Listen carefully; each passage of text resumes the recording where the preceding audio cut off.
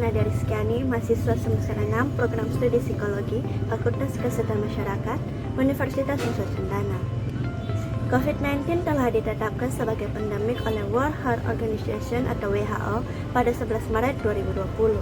Hingga 10 Mei 2020, kasus terkonfirmasi COVID-19 di dunia tercatat sebanyak 4,1 juta kasus dan di Republik Indonesia sebanyak 13.645 kasus positif, 10.079 dirawat, 2.607 sembuh, dan 959 pasien meninggal dunia. Pandemi COVID-19 membuat kehidupan berubah drastis. Banyak yang terpapar virus dan sebagian diantaranya tak tertolong. Kekhawatiran tertular virus corona membuat kita paranoid. Siapapun bisa menjadi pembawa virus, baik yang sedang bersin, batuk, pilek, maupun yang tanpa gejala. Belum lagi kekhawatiran terkait masalah finansial akibat berlarutnya pandemi yang mengharuskan pembatasan sosial dan berujung pada melambatnya roda perekonomian.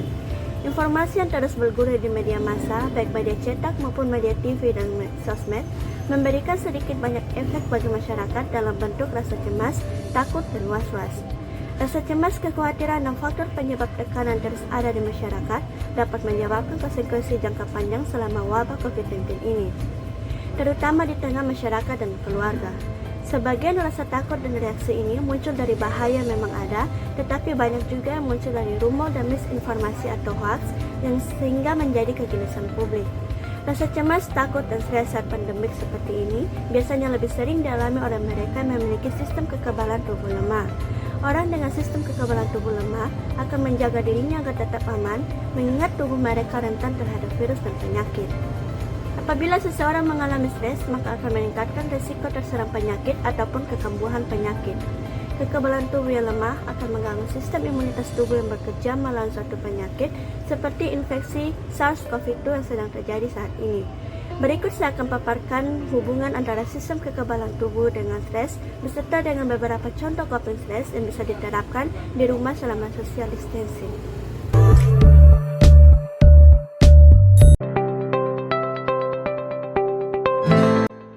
Sistem imun atau sistem kekebalan tubuh adalah sistem pertahanan tubuh yang berfungsi melindungi tubuh dari serangan kuman atau partikel asing yang masuk ke dalam tubuh seperti bakteri dan virus. Sistem ini terdiri dari sel-sel darah putih, protein antimikroba, dan jaringan epitel tubuh. Secara garis besar, sistem imun dibagi menjadi dua. Pertama, sistem imun tidak spesifik yang juga dikenal sebagai sistem kekebalan bawaan. Sistem imun ini berperan menghalangi kuman masuk ke dalam tubuh. Jika kuman berhasil masuk ke jaringan tubuh, maka sistem ini adalah sistem pertama mencegah patogen atau agen biologis yang mampu menyebabkan penyakit untuk berkembang dan menyebar ke bagian tubuh lain. Yang kedua, sistem imun spesifik atau adaptif.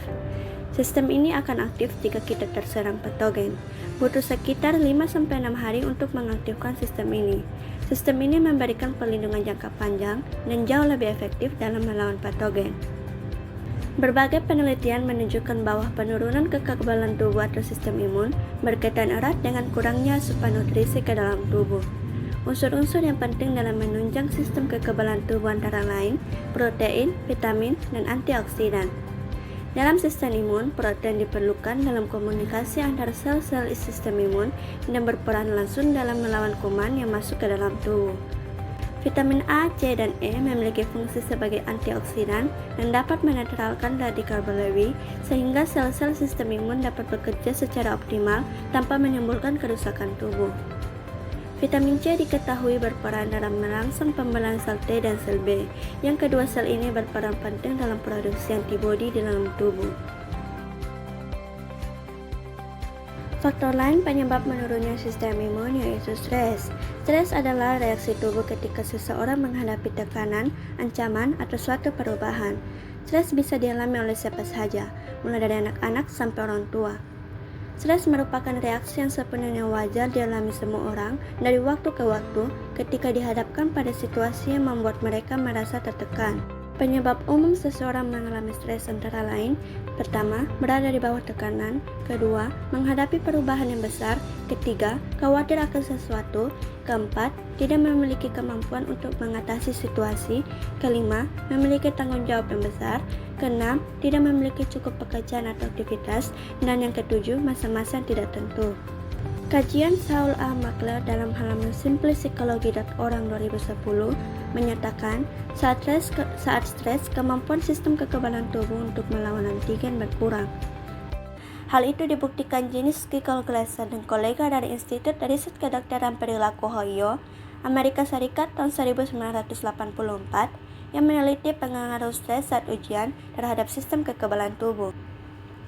Peneliti mengambil sampel darah 75 mahasiswa kedokteran tahun pertama. Contoh darah pertama diambil 1 bulan sebelum ujian dan yang kedua diambil saat ujian berlangsung. Hasilnya, darah yang diambil sebelum ujian mengandung lebih banyak sel T dibandingkan darah yang diambil saat ujian.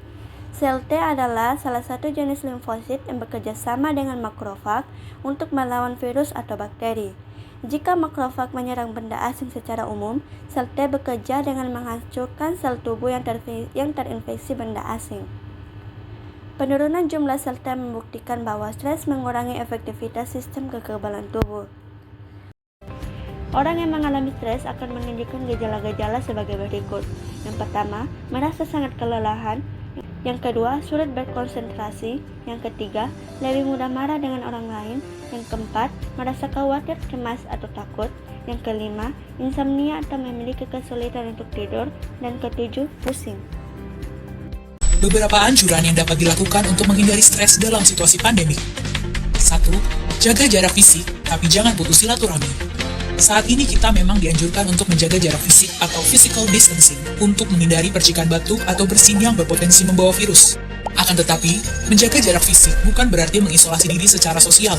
Kita dapat terus menjalin silaturahmi dengan memanfaatkan teknologi seperti sambungan telepon dan video call, saling bertukar pesan, atau melalui media sosial. Anda pun tetap boleh bertukar sapa atau mengobrol dengan tetangga dan orang di sekitar. Tapi hindari kontak fisik seperti bersalaman, berpelukan, mencium tangan atau pipi, dan jaga jarak 1-2 meter saat berinteraksi. 2. Batasi konsumsi berita atau informasi. Apabila Anda mulai merasa stres berlebihan setelah menonton, membaca, atau mendengar berita mengenai pandemi COVID-19, maka sangat dianjurkan untuk membatasi konsumsi informasi. Caranya antara lain, jangan habiskan waktu Anda di depan televisi atau membaca media sosial sepanjang hari. Batasi waktu untuk mencari informasi mengenai COVID-19 hanya 1-2 jam per hari saja. Hindari akun, sumber informasi, atau jenis berita yang meresahkan. Fokus pada informasi yang positif dan berguna bagi Anda dan keluarga. 3. Cari informasi dari sumber yang terpercaya. Utamakan sumber yang memang memiliki otoritas dalam permasalahan ini. Agar tidak termakan hoax, berita bohong, atau misinformasi yang menyesatkan, upayakan untuk selalu mengecek informasi yang Anda dapatkan pada sumber terpercaya. Misalnya, website resmi gugus tugas COVID-19, website resmi penanggulangan COVID-19 milik Pemda setempat, atau hotline center Corona. Jangan mudah percaya pada informasi yang tersebar di media sosial atau platform chatting bila tidak memiliki sumber yang terpercaya atau bersifat opini dan rumor. Hindari juga menyebarkan informasi yang belum dicek kebenarannya, agar tidak menyebabkan kepanikan. 4. Alihkan perhatian dan energi Anda pada aktivitas yang menenangkan diri. Kecemasan, ketakutan, bahkan perasaan tidak berdaya sangat wajar dirasakan saat ini. Akan tetapi, upayakan untuk tidak terlalu terhanyut. Cari kegiatan positif yang dapat membuat Anda dan orang terdekat merasa lebih tenang. Memasak, membaca, mendengarkan musik, berolahraga ringan, atau merapikan tempat tinggal dapat membantu untuk mengalihkan perhatian. Jangan lupa untuk terus beribadah dan berdoa guna menenangkan hati. Apabila dibutuhkan, ungkapkan perasaan Anda pada keluarga, teman, atau orang yang Anda percayai. 5. Fokus dalam berbuat kebaikan dan menyebarkan energi positif untuk sekitar. Setiap kita mengalami tantangan dan kendala yang berbeda-beda saat ini. Mari tetap fokus dalam berbuat kebaikan, melakukan hal-hal positif, dan saling bantu untuk sama-sama menghadapi pandemi ini. Saat ini, pemerintah sedang berusaha keras untuk mengatasi berbagai permasalahan yang terjadi akibat pandemi COVID-19. Kerjasama dan kedisiplinan masyarakat untuk menaati arahan dan aturan sangat penting agar kita dapat bersama mengatasi wabah ini. Tetap tenang dan berwaspada. Bersama kita lawan virus corona.